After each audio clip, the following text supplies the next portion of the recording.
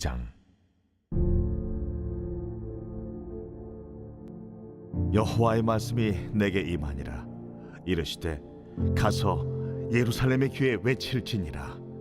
여호와께서 이와 같이 말씀하시기를, 내가 너를 위하여 내 청년 때 인애와 내 신혼 때 사랑을 기억하노니 곧 씨 뿌리지 못하는 땅 그 광야에서 나를 따랐음이니라. 이스라엘은 여호와를 위한 성물 곧 그의 소산 중 첫 열매이니 그를 삼키는 자는 모두 벌을 받아 재앙이 그들에게 닥치리라. 여호와의 말씀이니라. 야곱의 집과 이스라엘의 집 모든 족속들아, 여호와의 말씀을 들으라. 나 여호와가 이와 같이 말하노라. 너희 조상들이 내게서 무슨 불의함을 보았기에 나를 멀리하고 가서 헛된 것을 따라 헛되이 행하였느냐. 그들이 우리를 애굽 땅에서 인도하여 내시고 광야 곧 사막과 구덩이 땅, 건조하고 사망의 그늘진 땅, 사람이 그곳으로 다니지 아니하고 그곳에 사람이 거주하지 아니하는 땅을 우리가 통과하게 하시던 여호와께서 어디 계시냐 하고 말하지 아니하였도다. 내가 너희를 기름진 땅에 인도하여 그것의 열매와 그것의 아름다운 것을 먹게 하였거늘 너희가 이리로 들어와서는 내 땅을 더럽히고 내 기업을 역겨운 것으로 만들었으며 제사장들은 여호와께서 어디 계시냐 말하지 아니하였으며 율법을 다루는 자들은 나를 알지 못하며 관리들도 나에게 반역하며 선지자들은 바알의 이름으로 예언하고 무익한 것들을 따랐느니라. 사랑하는 큰누간 여러분, 좋은 아침입니다. 9월 3일 매일 말씀 나누도록 하겠습니다. 오늘 본문은 예레미야 2장 1절부터 8절입니다. 어느 날 하나님의 그 말씀이 예레미야에게 임합니다. 하나님께서 뭐라고 말씀하셨습니까? 가서 예루살렘의 귀에 외치라 라는 것이었습니다. 예루살렘의 귀, 이스라엘 백성들을 말하는 것이죠. 이스라엘 백성들이 들을 수 있도록 외치라는 것입니다. 예레미야가 이스라엘 백성들에게 외쳐야 했던 말은 너의 청년 때의 인애와 신혼 때의 사랑을 기억하노니 곧 씨 뿌리지 못하는 땅 그 광야에서 나를 따랐었다. 이스라엘은 하나님을 위한 성물 곧 하나님의 소산 중 첫 열매이니 이스라엘을 삼키는 자는 모두 벌을 받아 재앙이 그들에게 닥칠 것이다 였습니다. 이것은 지금 예레미야를 통해서 외치는 소리를 듣게 될 그 이스라엘 백성들에 관한 이야기가 아닙니다. 그들의 조상들의 이야기인 것이죠. 즉 출애굽 광야 시대에 하나님과 이스라엘 백성들 간의 그 순결하고 복된 그 사랑과 또 보호의 관계를 회상하는 내용입니다. 즉 시간상으로 아주 먼 옛날로 돌아가 이스라엘의 그 민족적 형성기인 그 출애굽 시대를 회상하는 내용인 것입니다. 오늘 말씀에서는 이 시기를 청년의 때 그리고 신혼의 때에 비유를 하고 있습니다. 이스라엘에게 있어서 이 출애굽 시기는 인간의 그 생애에 있어서의 그 청년의 때 그리고 신혼의 때에 해당한다는 것입니다. 인간의 그 인생의 때를 어떻게 우리가 구분합니까? 태아기가 있고 태어나면 영아기가 있고 그 다음에 유아기, 아동기, 소년기, 그리고 청년기, 장년기, 노년기 모두 이렇게 구분합니다. 이스라엘의 출애굽 시기는 이 기간 중에 정말 가장 희망과 기대에 부풀어 있는 그런 시기인 청년기에 해당한다는 것입니다. 이제는 어느 정도 성장하여서 스스로 경제활동도 할 수 있고 또 사회의 한 구성원으로서 역할을 할 수 있는 시기, 그 시기가 바로 청년기입니다. 사회에 첫 발을 내딛는 시기인 것이죠. 그래서 자신의 그 비전을 향한 부푼 가슴을 안고 열정이 넘쳐나는 그런 시기입니다. 그리고 이제 막 결혼을 한 그 신혼의 때와 같다는 것입니다. 결혼 또한 한 인간의 그 인생에 있어서 손에 꼽히는 그런 포인트가 되어집니다. 사랑하는 사람과 하나가 되어서 자신의 가정을 세워나가는 그 첫 걸음. 이때는 정말 그 모든 사람들이 새로운 희망과 기대에 부풀어 있을 것입니다.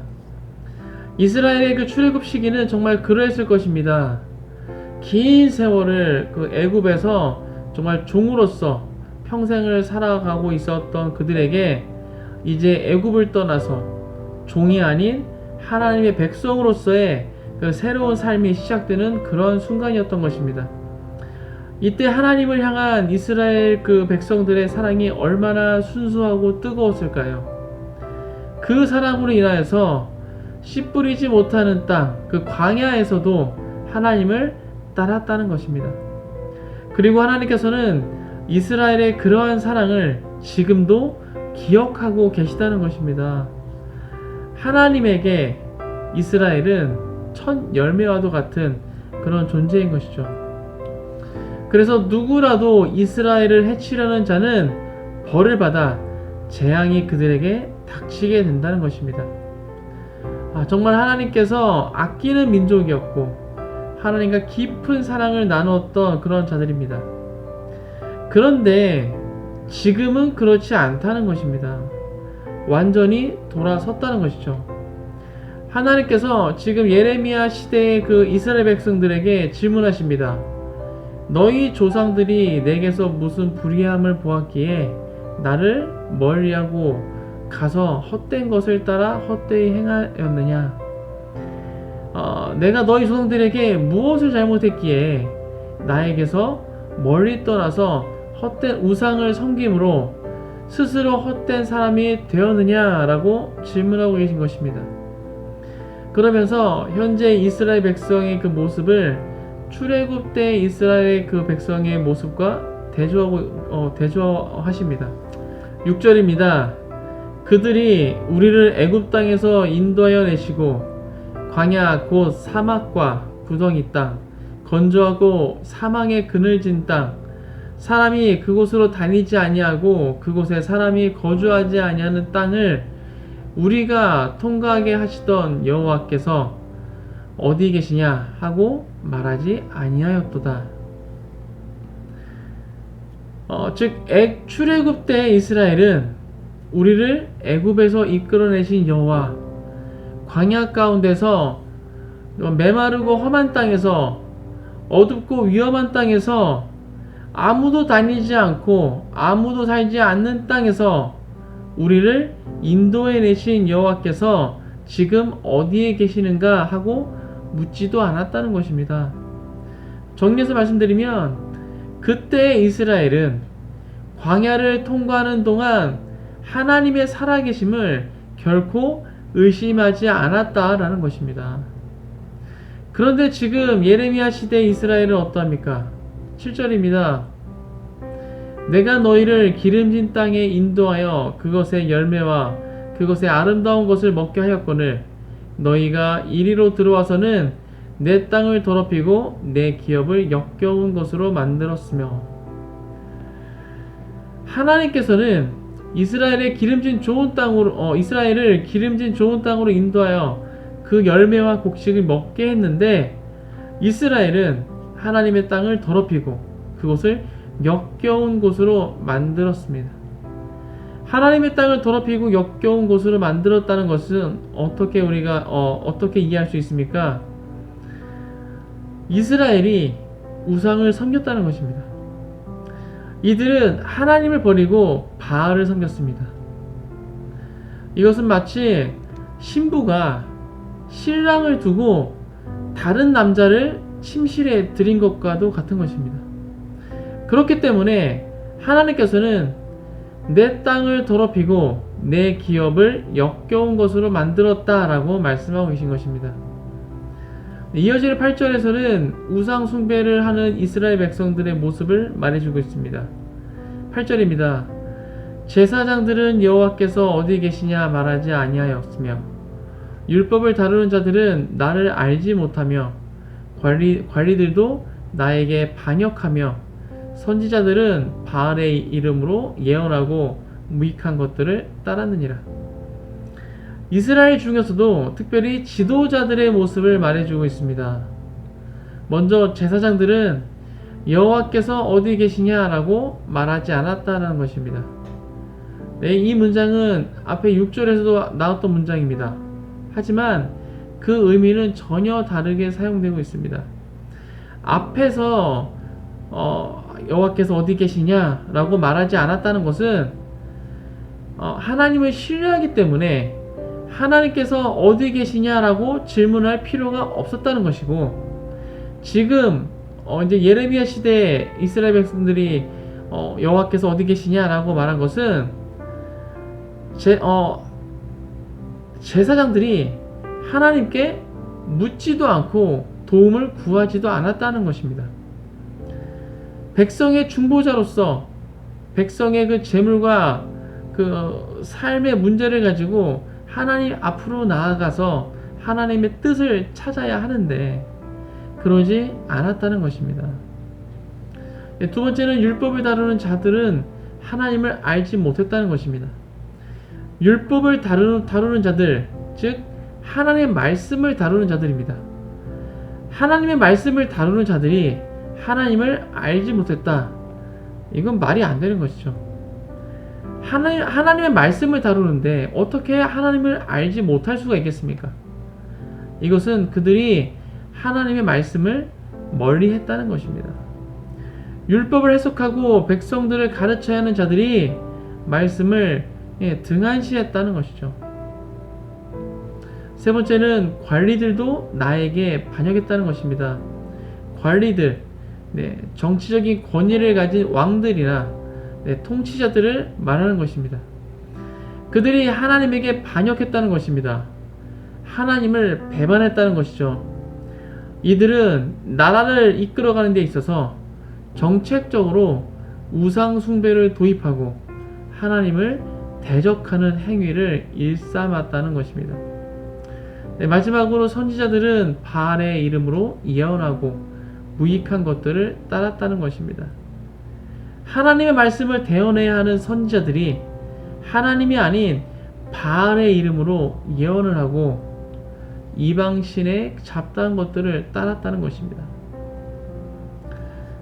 앞에서 출애굽 시기를 청년의 때, 신혼의 때로 비유했었습니다. 그렇다면 지금 예레미야 시대의 이스라엘은 어떠한 시기일까요? 장년기 또는 노년기에 해당될 것입니다. 사랑하는 크리스가족 여러분, 여러분은 지금 하나님과의 관계가 어느 시기에 있으십니까? 이것은 내가 나이가 많고 적음과는 상관이 없습니다. 신앙의 연수가 오래됐다고 해서 노년기도 아니고 이제 막 신앙생활을 했다고 해서 영아기도 아닌 것이죠. 우리의 영적인 상태, 하나님과의 친밀함을 말하는 것입니다. 신앙생활한 지 40년, 50년이 넘으셨다고 하더라도 하나님을 향한 열정이 넘치고 하나님을 더욱더 사랑하는 청년의 때, 신혼의 때일 수도 있습니다. 반대로 신앙생활 하신 지 10년이 안 되셨다 하더라도 하나님과는 멀리 떨어진 노년기일 수도 있다라는 것입니다. 여러분은 어느 때에 계십니까? 우리가 어느 때에 있건 하나님께서는 우리의 청년의 때, 신혼의 때를 기억하고 계십니다. 내가 정말 뜨겁게 하나님을 사랑했던 때, 내 삶의 전부를 드리겠다며 헌신했던 그때를 하나님께서는 지금도 그때 그 모습을 기억하고 계시며 기다리고 계십니다. 청년의 때를 회복하시길 주님의 이름으로 축복합니다. 신혼의 때를 회복하시길 주님의 이름으로 축복합니다. 오늘 하루도 이 말씀을 기억하시면서 하나님과의 친밀했던 관계를 회복하시는 모든 큰 습관족 되시길 주님의 이름으로 축복합니다. 함께 기도하겠습니다. 하나님 감사합니다. 오늘 또 예레미야서를 함께 나눴습니다. 하나님께서는 예레미야를 통해서 이스라엘 백성들에게 크게 외치라 라고 말씀하셨습니다. 그 과거에 출애굽 때 이스라엘 그 조상들은 정말 하나님과 정말 가까이, 하나님과 정말 뜨겁게 사랑했던 그때, 그래서 그 광야를 지나면서까지도 하나님이 어디 계시느냐라고 묻지 않을 만큼 하나님을 끝까지 신뢰했던 그런 조상들의 모습을 말씀하시면서 지금 예레미야 때 이스라엘 백성들의 그 모습, 하나님을 떠나서 이방신 그 바알을 섬기는 그 하나님의 그 땅에 들어왔음에도 불구하고, 하나님의 그 약속의 땅에 있음에도 불구하고 그 땅을 더럽혔던 그 이스라엘 백성들의 모습을 지적하고 계십니다. 하나님, 지금 나의 신앙의 모습, 나의 신앙의 때는 어느 때를 달리고 있습니까? 지금도 여전히 하나님을 뜨겁게 사랑하며 하나님을 향한 그 열정이 타오르고 있는 청년의 때입니까? 아니면 다 지나고 이제 아무런 희망도 없이 그저 세월을 지내고 있는 그런 노년의 때입니까? 하나님, 이것은 나이와 상관이 없는 것입니다. 하나님, 우리가 정말 하나님을 처음 만났던 그때처럼, 하나님을 좀 뜨겁게 사랑했던 그때처럼 다시금 주님을 사랑할 수 있도록, 다시금 주님께 나아갈 수 있도록 인도해 주시옵소서. 하나님께서는 지금도 여전히 그때를 기억하고 계신다고 말씀하셨습니다. 지금도 내가 하나님을 향하여서 열정을 다했던, 내 삶을 다 드렸던 그때를 하나님 지금도 그때의 모습을 기억하고 계신다라고 말씀하십니다. 주님, 우리가 그때를 회복할 수 있도록 인도해 주시옵소서. 저 그때의 그 모습으로 돌아가서 여전히 하나님을 뜨겁게 사랑하고 하나님과 더 가까워질 수 있는 우리 모두가 될 수 있도록 주님 축복하여 주옵소서. 감사합니다. 이 모든 말씀 예수 그리스도의 이름으로 기도했습니다. 아멘.